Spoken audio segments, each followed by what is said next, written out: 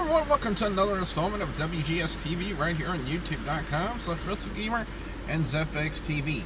I'm the WrestleGamer, Double B Billy Boudreaux. This is going to be the Monday Night Raw review for the week of December 16th, 2013. We open up with the WWE World Heavyweight Championship ceremony. Of course, we have to put over Randy Orton, the first ever WWE World Heavyweight Champion. And I will say this, the rumors did run rampant that WWE were going to discard the World Heavyweight title belt and keep the WWE Championship belt and go on just saying it's the WWE World Heavyweight Championship. But it turns out WWE is not going to go that route. They still kept both title belts on Orton, and that's pretty much what it looks like they're going to do. Now, of course, Orton had to come out, had to put himself over, yada, yada, yada. I'm better than everybody else. Usually the same spiel we've already heard. And John Cena interrupts and said, you know what? It's about time you give this dude a fair shake, because you never beat him fairly. Daniel Bryan. So they set up the main event, despite Randy Orton's protest. Randy Orton taking on Daniel Bryan. And whenever these two have hooked up, it's always been classic matches. Despite some of the outcomes of some of these matches between Orton and Bryan, they've always put on really good, spectacular matches. Cannot complain about that. 4 out of 5 on that opening. And next we had Cody Rhodes and Goldust taking on Rey Mysterio and Big Show. They were voted on the WWE app to take on Cody Rhodes and Goldust. And WWE really trying to show some signs of tag teams in the WWE, trying to expand on that division, and they really set some good examples for tag team wrestling. We thought that tag team wrestling was dead in the WWE.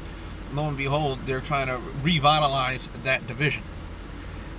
Finishing the match, Big Show knocks out Goldust. Rey Mysterio drops the dime. They get the win. I will say this though, Goldust looked a little groggy after the match was over.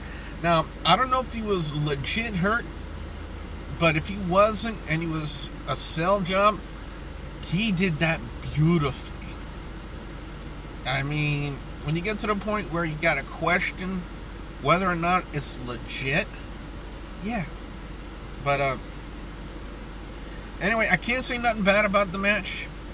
Even though I have been saying some bad things about Rey Mysterio coming back. 4 out of 5. Up next, we had Dolph Ziggler and Fandango, a rematch from the TLC kickoff show. Always good to see Summer Rae. Always good to see Summer Rae. Matchup in itself, I thought it was good. Ziggler countered a knee from Fandango, rolled him up into a schoolboy to get the pin and the win. When are they going to start pushing Dolph Ziggler again? That's my only question. He was World Heavyweight Champion, got concussed, lost the title, and has been progressively going down. 3.75 out of 5. I would have given it a 3.5 out of 5, but Summer Rae was out there. She's hot. She's gorgeous. 3.75 out of 5. Next up, we had what was coined on commentary as the world's strongest tag team, which reminds me, guys and gals, I will be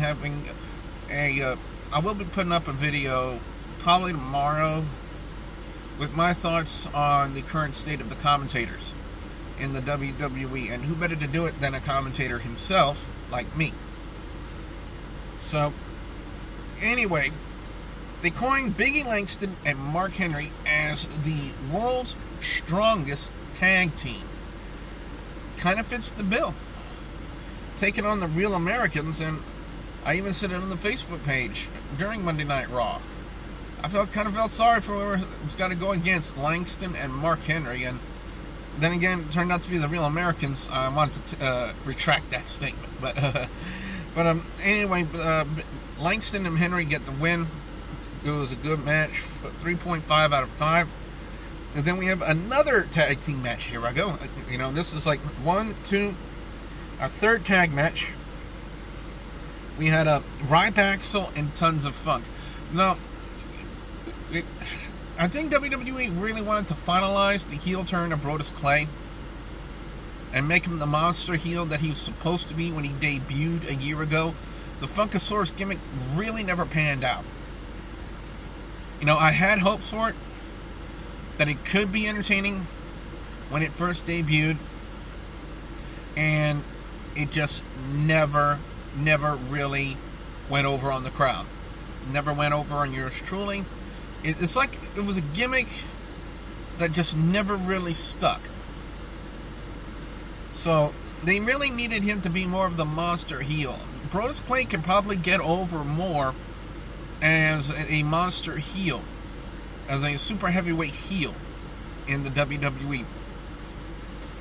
So they did that. Well, what happened was Ryback hit the shell shock on Tensai. Brodus just stood there, didn't even come in to help or break up the pin. Ryback so gets the win, and after the match was over, Brodus Clay starts to repeatedly splash Tensai, and Xavier Woods and R-Truth make the save, and the Funkadactyls apparently don't want to go with Brodus Clay when Brodus Clay was up on the ramp, and they pretty much just ended the segment like that.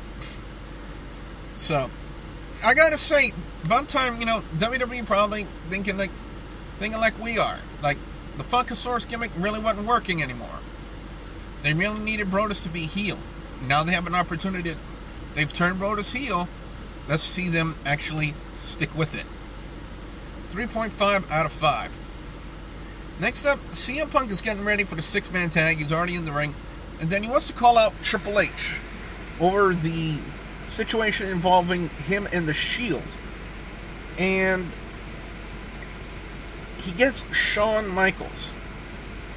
Now, in this promo, Shawn Michaels wanted to explain to CM Punk why why he super kicked CM Punk.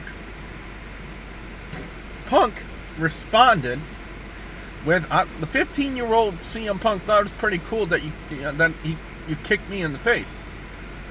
But here's the thing, you get a pass for that. You kick me again, I will kick you back. And then Shawn Michaels intros the Shield. What was the point? Literally, what was the purpose of having Shawn Michaels and CM Punk kind of promo like that? Now, I'm not saying they did it badly. That's not my issue with it. My issue was, what was the purpose? Because instead of, trying to build an angle between him and Punk, he just intros the Shield. And the fans chanting, one more match, one more match. Guys, give it a rest. Okay? I hate to burst your bubble, but Shawn Michaels will never wrestle again. With his back and his injuries, he can't do it. Now, would it be a dream match to see Shawn Michaels take on CM Punk? Yeah, a Shawn Michaels in his prime taking on a CM Punk. That would be a spectacular match. Shawn Michaels today, as of now, taking on CM Punk would be utter crap. Because there is no way with Shawn Michaels in his condition, in his physical body shape right now, that there is no way he can put on a decent match with CM Punk. There's no way he could take the bumps like he used to. Especially when it comes to the injury he suffered with his back. So, the dream, it would be a dream come true to, to see it, but not going to happen. I'm sorry. Hey, I hated to burst your bubble on the Raw review like that this week, guys, but I had to do it. I had to talk some sense into it. The Usos were selected to be the partners of CM Punk, taking on the Shield, and this was a fantastic 6-man tag. Can't say nothing bad about it. The finish of the match, Punk hits the GTS on Ambrose, but he fails to see the blind tag by Roman Reigns. Reigns spears CM Punk, gets the pin, the Shield victorious. I would give this a solid 4.5 out of 5, but I still can't see the purpose of the Punk HBK segment. 4 out of 5. The Wyatt family, they're talking to Sister Abigail, saying that if Daniel Bryan does not join the Reapers, he will burn with the sinners. I don't get it either. But it kind of led me to believe that at this point in time, that the Wyatt family were going to get involved in the main event. That's kind of the feeling they gave you. That's kind of the feeling that you took from that promo. But it just didn't happen, guys. So, can't say nothing bad about that. Up next, we had AJ Lee, Tamina, and Alicia Fox taking on Natalya and the Bella Twins. I gotta say this, Brie Bella and Nikki Bella have shown so much improvement. And I think it's not just because of their relationships with Daniel Bryan and John Cena. We gotta also credit Sarah Del Rey. Sarah Del Rey, the new trainer of the WWE Divas. The Divas' overall talent, despite Oksana, because I hate Oksana no matter what, have shown so much improvement that they're kind of starting to be... at one point I said the Knockouts would always be better than the Divas. Now, the Divas are starting to climb back up and might actually start to be better than the TNA Knockouts. But the finish of this 6 Diva tag match, Tamina superkicked Nikki right in the jaw and fell prey to AJ Lee's Shining Wizard. I gotta say, and I never thought I would give this a Divas match in the WWE this score, but it's gonna get this score, 4 out of 5. Then finally, we had Daniel Bryan and Randy Orton. Like I've said, time in and time out, guys, whenever these two hook up, it always turns into a 5-star quality match. Until the dick punch by Randy Orton on Daniel Bryan. To me, crap finish.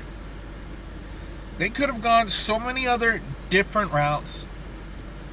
But then again, I can probably understand wanting them to use a dirty finish on Daniel Bryan and Randy Orton. After that happens, John Cena runs in for the save and then gets RKO'd by Randy Orton for his trouble. Orton stands tall with his music playing. And this is my little bit of a side rant here, about 2 or 3 minutes, guys, about the blatantly ignorant Cena haters on Facebook. And it's just something I don't understand. Cena haters on Facebook said the main event was good until John Cena had to come out and make it all about himself.